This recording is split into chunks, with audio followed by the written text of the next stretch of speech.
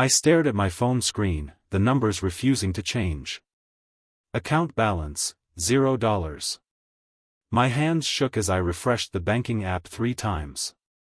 $43,000, gone overnight. 20 years of careful saving, wiped clean. The coffee shop around me buzzed with morning chatter, but I heard nothing except my heart pounding in my ears. My phone rang. Patricia's name flashed on the screen. My wife's mother. The woman who'd made every family dinner a battlefield since I married her daughter 5 years ago. I answered with trembling fingers. "Leonard, darling," her voice dripped fake sweetness. "I did you a favor today. Removed you from the joint account. You were only with Sophia for the money anyway, right? Now you've got nothing." Her laugh cut through me like glass. "You're just a broke nobody who got lucky." Well, luck runs out. The line went dead. I sat frozen, watching strangers live their normal lives while mine crumbled. Patricia had somehow accessed the account Sophia and I shared. But how? We'd been married for 5 years. Everything was supposed to be ours together. Then it hit me. The papers Sophia asked me to sign last week. Just updating our banking information, she'd said. I'd trusted her completely, signed without reading. My own wife had set me up. The drive home felt endless. Each red light gave me more time to piece together the betrayal. Sophia's cold behavior last week finally made sense. The way she avoided eye contact. How she'd suddenly started working late every night. The hushed phone calls that stopped when I walked in. I pulled into our driveway and saw Patricia's silver Mercedes already there. Through the kitchen window, I watched them talking. My wife and her mother, planning my destruction over morning coffee in the home I'd been paying for. I walked in without knocking. They looked up, guilty expressions flashing across their faces before hardening into something worse. Determination. "Sophia," I said quietly. "How could you do this to me?" She couldn't meet my eyes. "Mom said it was for the best. You've been holding me back, Alex.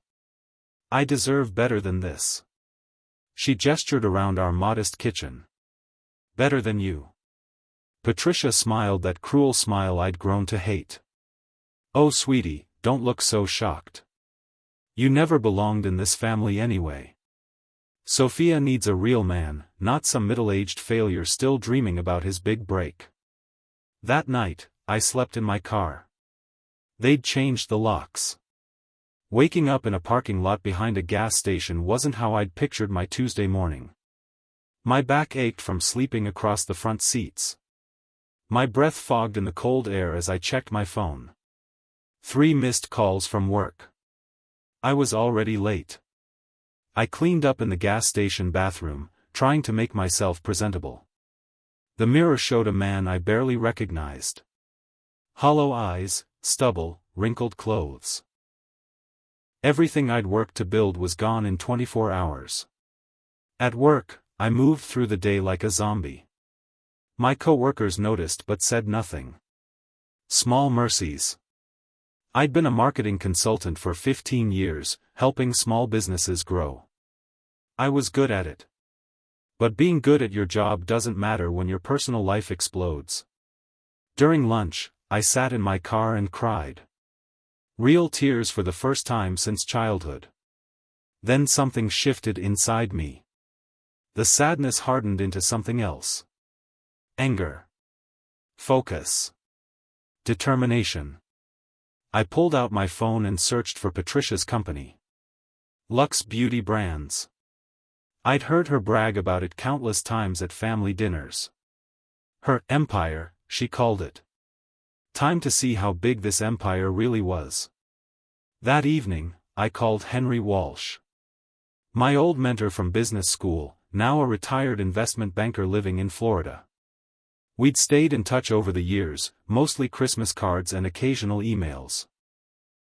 But Henry owed me a favor from when I'd helped his son land a marketing job 3 years ago. "Alex. His voice boomed through the speaker. What a surprise.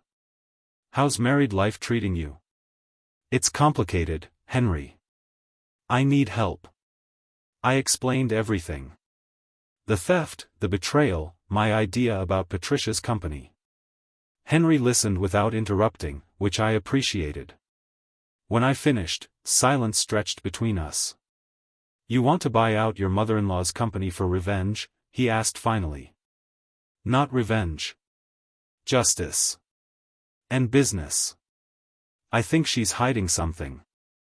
Companies don't stay small for 20 years unless there are problems. Henry chuckled. You always were sharp, Alex. Tell you what. I'll back you, but you have 30 days to prove this isn't just emotions talking.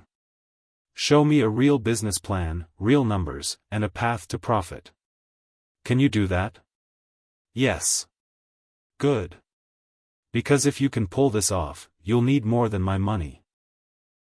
You'll need to become someone she never saw coming. I threw myself into research with an intensity that surprised me. Sleeping in my car became routine.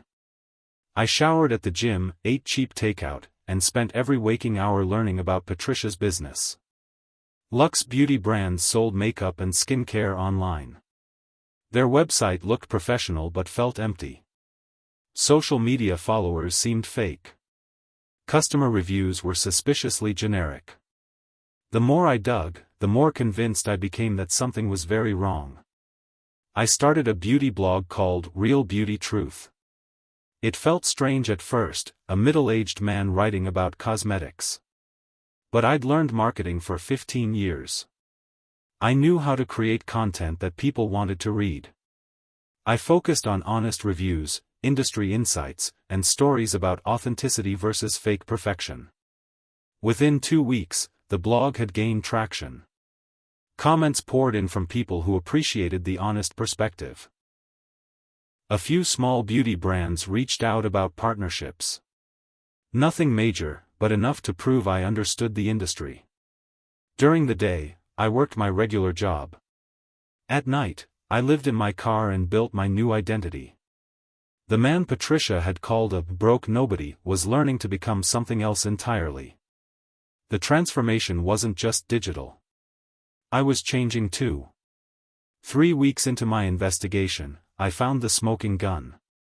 Patricia had been filing fraudulent tax returns for years, claiming charitable donations that never happened. She'd created a fake foundation called Beauty for Hope and funneled business expenses through it. But that wasn't the worst part. Scrolling through public records, I discovered she'd been using other people's identities to secure business loans. Including mine. My social security number, credit score, and financial history had been used to guarantee a $75,000 loan she'd taken out 6 months ago. The pieces clicked together. She hadn't just stolen my savings. She'd been stealing my identity for months, maybe longer. Every time I'd applied for credit and been mysteriously denied, every strange letter from banks I'd never dealt with, it all made sense now. I sat in my car outside a 24-hour diner, staring at the evidence on my laptop screen. My hands shook with rage, but my mind was clear.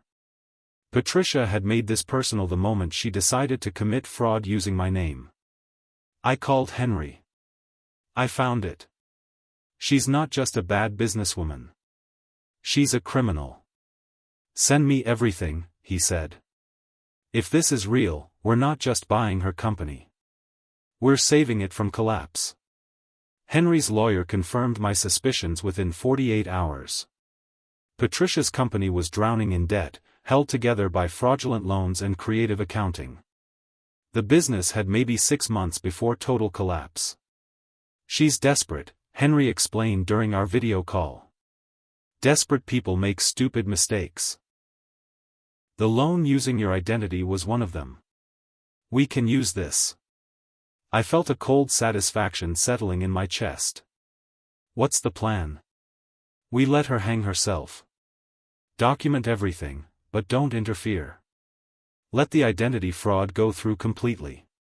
When we're ready to buy, we'll have enough evidence to destroy her legally and financially. What about Sophia? I asked. She's involved now too. Henry's expression hardened. Your wife helped commit financial fraud against you. If she's smart, she'll distance herself before this explodes. If not. He shrugged. Some people choose their own destruction. That night, I found Sophia's car parked outside Patricia's office building. Through the windows, I could see them working late together. My wife had become her mother's accomplice. The woman I'd loved for 5 years was helping steal my future. I drove away without confronting them. Soon, confrontation wouldn't be necessary. My blog exploded overnight. A post I'd written about narcissistic family members and financial abuse struck a nerve. Comments flooded in from people sharing their own stories. Donations appeared in my PayPal account. Small amounts, but they added up. Then something amazing happened. Victoria Sterling, a beauty YouTuber with 2 million subscribers, shared my blog on her social media. Finally, someone telling the truth about this industry, she wrote. Her followers crashed my website. Within 24 hours, I had brand offers. Companies wanted to partner with Real Beauty Truth. The blog that started as research for revenge had become a legitimate business opportunity. Victoria reached out directly. I love your perspective, she messaged. Want to collaborate on a video series about authenticity in beauty? I accepted immediately. But as I planned content with Victoria, an idea began forming. What if the blog wasn't just a side project? What if it became the foundation for something bigger? Patricia had called me a nobody. She was about to learn that nobodies can become somebodies faster than she could imagine. The transformation was accelerating, and I was just getting started. Watching Patricia's latest promotional video made my blood boil. She stood in her office, perfectly styled and completely fake, talking about empowering women and supporting authentic voices in beauty. Every word sounded familiar because I'd written them. 2 years ago, during a rare moment when Patricia and I were getting along, I'd shared my ideas about authentic marketing in the beauty industry. I'd even written a detailed email about building brands on genuine connections rather than fake perfection. She'd called my ideas interesting and changed the subject. Now she was using my exact words, my concepts, my vision for her latest marketing campaign. The woman who'd stolen my money had also stolen my ideas. I screenshotted everything. The timestamps on my old emails versus her video upload dates told a clear story. Intellectual theft on top of identity fraud and embezzlement. Victoria noticed too. Weird, she commented on Patricia's video preview. This sounds exactly like conversations we had about your blog philosophy. Other beauty influencers started connecting dots. Whispers began circulating about Patricia's sudden shift toward authenticity messaging. Comments on her posts grew skeptical. Her polished image was developing cracks. I smiled, watching her reputation slowly crumble. She'd built her empire on lies and theft. Now the truth was catching up. Henry called with news that changed everything. The shell company is approved. Sterling Ventures LLC is officially registered, and you're the majority stakeholder. We can move on Luxe Beauty brands whenever you're ready. My heart raced. After 6 weeks of living in my car, building my blog, and gathering evidence, the moment was approaching. How long until we can make an offer? 2 weeks, maybe 3. But Alex, there's something else. Patricia's planning a major publicity event. Some kind of live streaming launch for a company rebrand. She's invited major influencers, potential investors, media coverage. Big production. A slow smile spread across my face. When? Next month. She's betting everything on this event. If it fails, the company dies. If it succeeds, she might actually survive long enough to pay back the fraudulent loans. Can we time the acquisition for that day? Henry chuckled. You want to buy her company during her own launch event? I want to fire her on live television in front of everyone she's trying to impress. You've changed, Leonard. The man I knew 6 weeks ago wouldn't have thought of something this ruthless. He was right. The old Leonard would have handled this quietly, professionally. But the old Leonard had trusted people who betrayed him. The new Leonard understood that some people only learn lessons when the whole world is watching. The invitation arrived through Victoria's management company. Luxe beauty brands wanted to feature emerging authentic voices at their rebrand launch. The event would be live-streamed to thousands of viewers, with major beauty influencers in attendance. They specifically requested you, Victoria told me during our video call. Patricia saw your blog and wants you there as one of the featured speakers about authenticity in beauty. The irony was perfect. Patricia had no idea who Real Beauty Truth actually was. My blog had grown so much that I'd hired a virtual assistant to handle communications. I'd remained completely anonymous, posting photos that never showed my face clearly. I'll be there, I told Victoria. Great. You'll love meeting Patricia in person. She's... Victoria paused. Actually, she's kind of intense. But hey, she's successful. If only she knew how successful Patricia really was. In 2 weeks, the whole beauty industry would find out. I spent the next few days preparing. New clothes, professional styling, a complete transformation. The broken man who'd slept in his car was becoming someone Patricia wouldn't recognize until it was too late. The stage was set. The final act was about to begin. The day before the launch event, I walked into the venue for rehearsals. The Grandview Conference Center buzzed with activity. Camera crews, lighting technicians, and event staff transformed the space into a professional television studio. I spotted Patricia immediately. She commanded attention in the center of the room, gesturing dramatically while assistants scurried around her. Her voice carried across the space as she directed every detail of her empire's big moment. During a break, she approached me. I'd changed enough that recognition didn't dawn immediately. She studied my face with slight confusion. You look familiar, she said, extending a perfectly manicured hand. Have we met? I don't think so, I replied calmly. I get that a lot though. She laughed, the same cruel laugh I'd heard over the phone weeks ago. You remind me of someone weak I used to know. Funny how some faces just scream failure, isn't it? Every muscle in my body tensed, but I kept my expression neutral. That is funny. I've always believed people see what they expect to see. Exactly. She beamed, completely missing the deeper meaning. Perception is everything in this business. Weak people stay weak because they think like victims. Tomorrow, she'd learn exactly how wrong she was about victims and weakness. But for now, I just smiled and nodded like the nobody she thought I was.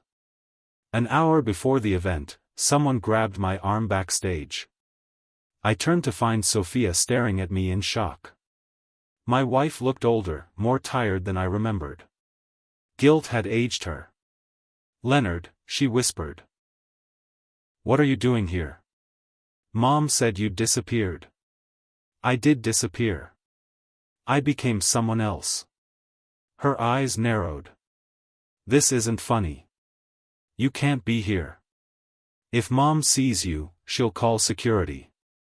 I pulled out my phone and showed her the screen. Screenshots of bank transfers, loan applications, fraudulent documents.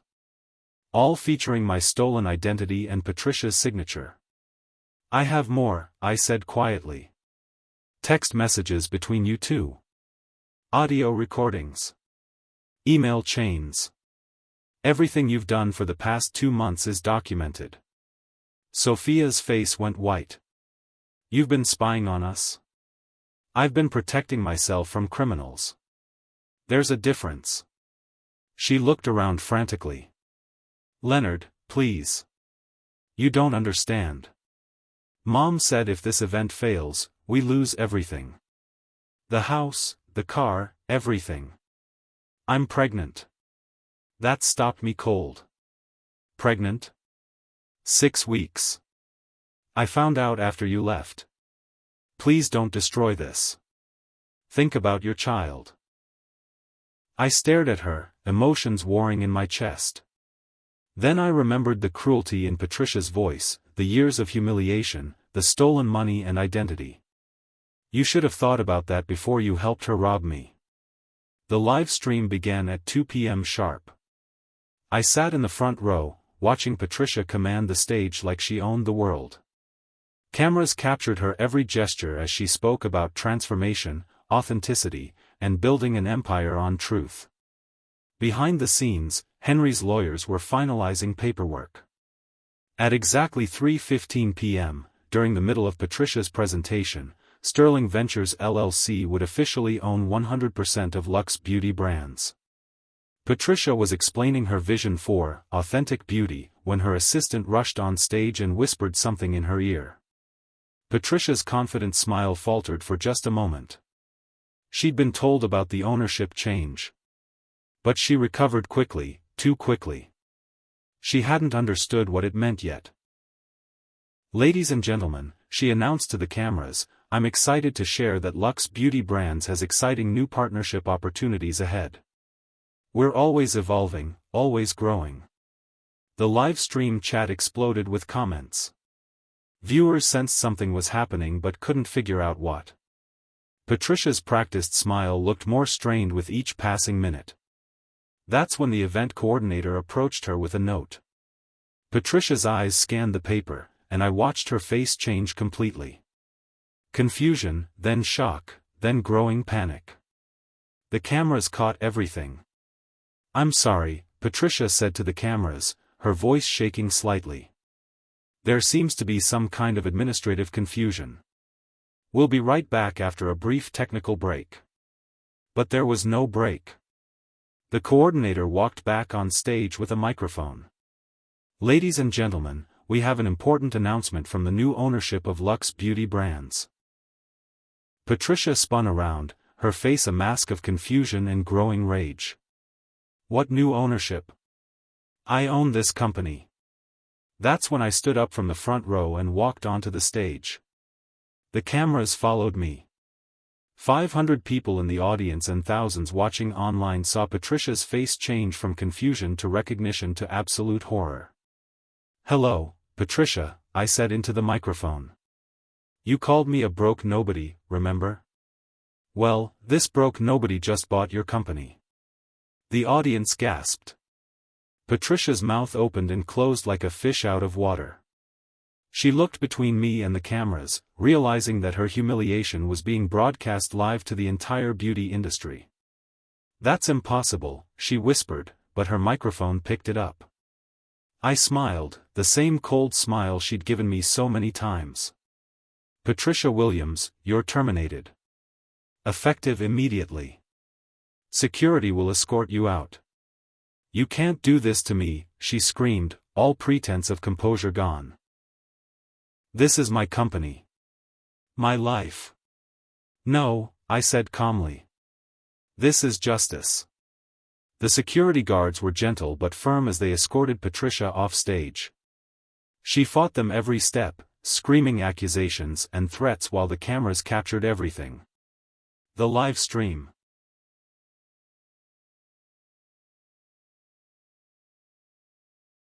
Running this company through fraud and identity theft.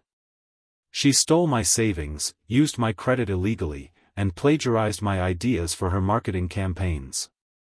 The audience sat in stunned silence. Victoria, sitting in the third row, gave me a thumbs up and started recording on her phone. I have documentation of everything, I continued. False tax returns, fraudulent loans, stolen intellectual property, and personal identity theft. This company was built on lies, and today the truth comes out. Someone in the audience started clapping. Then another person joined in. Within seconds, the entire room was applauding. The live stream chat filled with fire emojis and "justice" comments. Patricia's voice could be heard from backstage, still screaming. "This isn't over. I'll sue you. I'll destroy you." I looked directly into the main camera. "You already tried to destroy me, Patricia. You failed. And now, everyone knows exactly who you really are." The video would be viral within hours. By evening, clips of Patricia's firing were everywhere. Twitter, Instagram, TikTok, YouTube. The hashtags #BossRevenge and #JusticeServe trended worldwide. The beauty community had found their new favorite drama. Victoria called me immediately after the event. "Leonard, that was incredible. Your story is blowing up everywhere. Everyone wants to know more about what really happened." I was back in my car, finally heading to a hotel room I could actually afford. I just wanted justice. I never expected this reaction. "Are you kidding? You exposed a fraud live on camera and bought her company to fire her. It's the ultimate revenge story. People are obsessed." My phone buzzed constantly with interview requests, collaboration offers, and support messages. The broken man who'd started this journey sleeping in parking lots was suddenly famous. But the real victory wasn't the viral video or social media attention. It was the email I'd received an hour after the event. Patricia's lawyer, requesting a meeting to discuss terms for dropping all legal action. They knew they had no case. The evidence was overwhelming, and now it was public knowledge. Patricia Williams was finished, and she knew it. The transformation was complete. The nobody had become somebody, and the world was watching. Patricia's legal team called for a meeting within 24 hours. Henry connected me with the best entertainment lawyer in the city, and we prepared for war. But when we sat down with Patricia's representatives, it became clear they were waving the white flag. "My client is prepared to admit no wrongdoing but agrees to cease all legal action," Patricia's lawyer began. "No," I interrupted. "That's not how this works anymore. Your client committed identity theft, fraud, and embezzlement. The evidence is public now. She can admit wrongdoing and cooperate with authorities, or she can face federal charges." The lawyer looked uncomfortable. "Mr. Harrison, perhaps we can reach some kind of settlement agreement." Henry leaned forward. "The settlement is this: Patricia returns every dollar she stole, cooperates fully with the FBI investigation, and stays away from my client permanently. In exchange, we won't pursue maximum penalties." "And if she refuses?" I smiled coldly. "Then she can explain to a federal judge why she thought stealing someone's identity to fund her failing business was a good idea. With millions of people already watching her story online." The meeting ended with Patricia's lawyer promising an answer within 48 hours. But I already knew what it would be. When you're caught red-handed on live television, options become very limited. Sophia showed up at my hotel room that night. She looked exhausted and scared, her hand resting protectively on her still flat stomach. "Leonard, please," she begged before I could say anything. "I know what I did was wrong. But this has gone too far. Mom's talking about hurting herself. She can't handle the humiliation. She should have thought about that before she robbed me. I'm sorry." Sophia broke down crying. "I was scared and stupid and I let her convince me you were holding us back. But I love you. We can fix this. We can be a family." I studied the woman I'd married, seeing her clearly for the first time. "Do you love me, Sophia? Or do you love what I can provide for you?" She couldn't answer, which was answer enough. "Here's what's going to happen," I said quietly. "You're going to cooperate fully with the investigation. You're going to tell the truth about everything Patricia made you do. And then you're going to figure out how to be a mother without using other people. What about us? There is no us. You made that choice when you helped her steal from me. After she left, I sat alone in my hotel room and finally grieved the end of my marriage. But the grief felt clean now, honest. I wasn't losing something real. I was finally letting go of an illusion. The FBI investigation moved quickly once I provided all my documentation. Federal agents raided Patricia's offices and home, seizing computers, files, and financial records. The local news covered it extensively, with my story becoming a symbol of how ordinary people could fight back against fraud.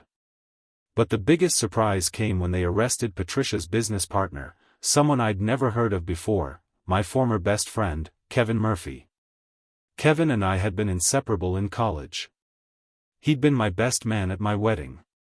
But after Patricia started her campaign against me, Kevin had gradually disappeared from my life. I'd thought it was just natural drifting apart. The truth was much worse.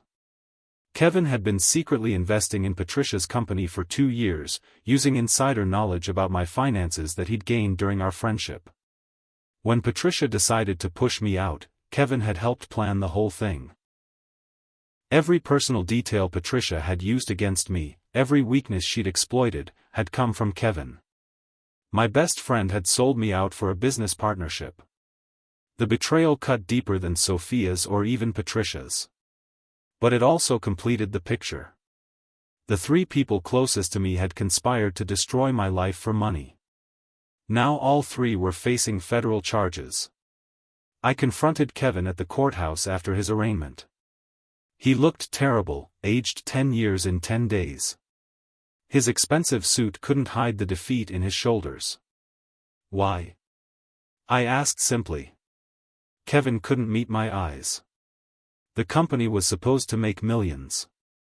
Patricia promised me a 50% stake if I helped get you out of the picture. She said you were holding Sophia back, that everyone would be happier if you just disappeared. And you believed her? I wanted to believe her. I've been drowning in debt for years, Alex. My wife doesn't know, my kids don't know. I was desperate. He finally looked up. I'm sorry. I know that doesn't mean anything now, but I'm sorry. You're right. It doesn't mean anything. As I walked away, Kevin called after me. What happens now? To all of us? I turned back. You figure out how to live with what you've done. I've already figured out how to live without you. The next morning, Kevin's wife called me. She'd found out everything and was filing for divorce. She wanted to apologize for her husband's actions and thank me for exposing the truth before he destroyed their family completely. Everyone connected to Patricia's web of lies was paying the price. Except me. For the first time in months, I was finally free. With Luxe Beauty brands now clean and legitimate, I had a decision to make about its future. The company had good bones underneath all the fraud. Strong supplier relationships, decent product lines, and now incredible name recognition thanks to the viral firing video. I decided to rebuild it as something meaningful. Instead of just another beauty company, Luxe would become a platform for supporting people recovering from financial abuse. We'd partner with legal aid organizations, offer microloans to fraud victims starting over, and create educational content about financial protection. Victoria agreed to be our spokesperson. Her massive following loved the authenticity angle, and her endorsement helped legitimize the company's new direction. Within weeks, we had major retailers interested in carrying our products. The irony was perfect. Patricia had built her company on lies and theft. I was rebuilding it on truth and justice. Early sales numbers suggested people were hungry for businesses they could actually trust. My blog evolved too, becoming a resource for anyone dealing with narcissistic family members or financial abuse. The community that formed around Real Beauty Truth was incredibly supportive, sharing stories and helping each other heal. I wasn't just running a business anymore. I was leading a movement of people who refused to be victims. Patricia's trial made national news. The evidence was overwhelming: years of fraud, identity theft, embezzlement, and conspiracy. She was sentenced to 4 years in federal prison and ordered to pay full restitution to all victims. Sophia pled guilty to conspiracy charges and received 2 years probation plus community service. She gave birth to our daughter 3 months later and named her Hope. The irony wasn't lost on me. Kevin got 3 years and lost everything. His wife divorced him, took the kids, and moved across the country. His law practice collapsed when clients learned about his criminal conviction. I felt no satisfaction watching their lives fall apart. The anger that had driven me for months had burned out, replaced by something calmer. Justice had been served, but more importantly, I discovered who I really was underneath the nice guy facade. The media painted me as a revenge hero, but that wasn't quite right. I wasn't the same person who'd been betrayed and left homeless. That man had been too trusting, too passive, too willing to let others define his worth. The new me understood that sometimes you have to fight for the life you deserve. Sometimes nice isn't enough. Sometimes you have to be willing to destroy the people trying to destroy you. 2 years later, I bought my old house back from the bank.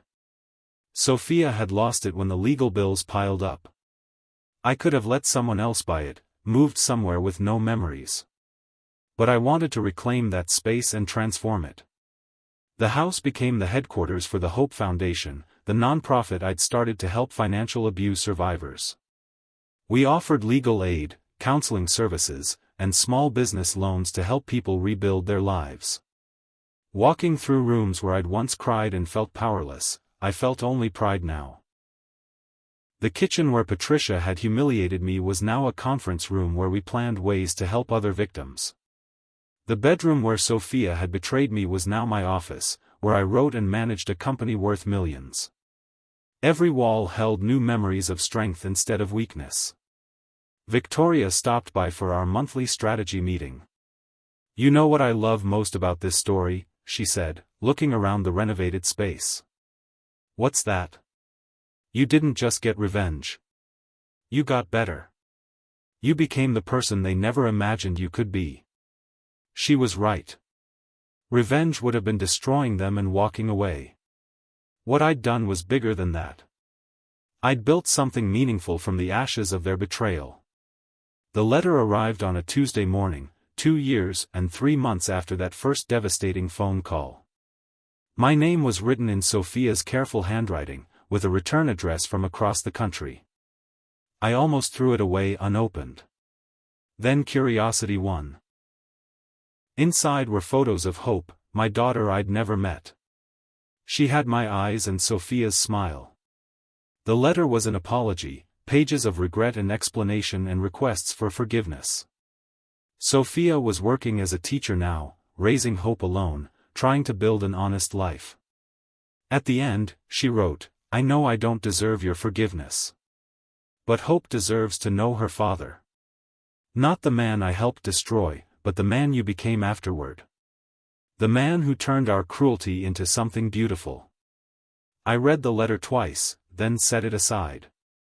Maybe someday I'd be ready to meet my daughter. Maybe someday I'd be able to forgive the woman who'd helped steal my life. But not today. Today, I had a company to run, people to help, and a life to live.